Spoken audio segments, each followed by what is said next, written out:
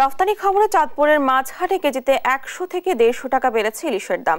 এ নিয়ে আরো জানাচ্ছেন সহকর্মী শরীফ আহমেদ। ভারতে ইলিশ পাঠানোর সিদ্ধান্ত নিয়েছে সরকার।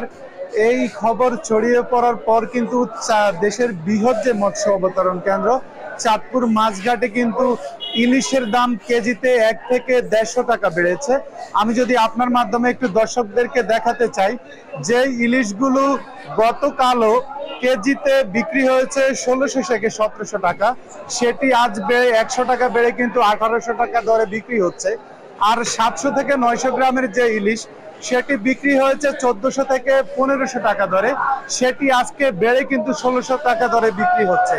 আর যেই ইলিশগুলো ৬০০ গ্রামের ইলিশ যেটি বিক্রি হয়েছে ১২০০ থেকে ১৩০০ টাকা, সেটির দাম আজকে ১০০ টাকা বেড়ে ১৪০০ টাকা দরে বিক্রি হচ্ছে।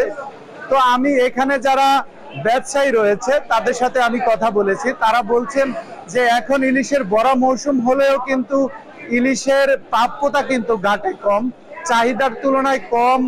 ইলিশ ঘাটে আসায় কিন্তু ইলিশের দাম কমছে না। আর যখন ভারতে ইলিশ পাঠানোর সিদ্ধান্ত হয়েছে এর সাথে সাথেই কিন্তু আজ ইলিশের দাম কেজিতে ১০০ টাকা বেড়ে গিয়েছে। আর এখানে যে ক্রেতা রয়েছেন তাদের সাথে আমি কথা বলেছি, তারা বলছেন গত ২ দিনের তুলনায় কিন্তু আজ ইলিশের দাম কিছুটা বেশি। তো তারা চাহিদা অনুযায়ী ইলিশ ক্রয় করতে পারছেন না। আসলে আমাদের এখানে যে লোকাল যে ইলিশটা, আপনি জানেন যে আসলে বাংলাদেশের পদ্মা নদীর ইলিশের কিন্তু একটি সুখ্যাতি রয়েছে সারা দেশে এবং দেশের বাইরে।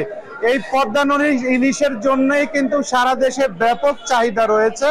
তো আজ কিন্তু এই পদ্মা নদীর ইলিশ কিন্তু চাঁদপুর ঘাটেই বেশি বিক্রি হয়। আর পাশাপাশি আমি আপনাকে যদি আরেকটু তথ্য জানিয়ে রাখি যে আসলে আজকে কিন্তু ঘাটে এই পর্যন্ত ২০০ থেকে ৩০০ মণ মাছ ঘাটে এসেছে। তো বেলা বেলার সাথে সাথে ব্যবসায়ীরা আশা করছেন আরো মাছ ঘাটে আসবে। তো এই ছিল চাঁদপুর থেকে আমার কাছে সর্বশেষ।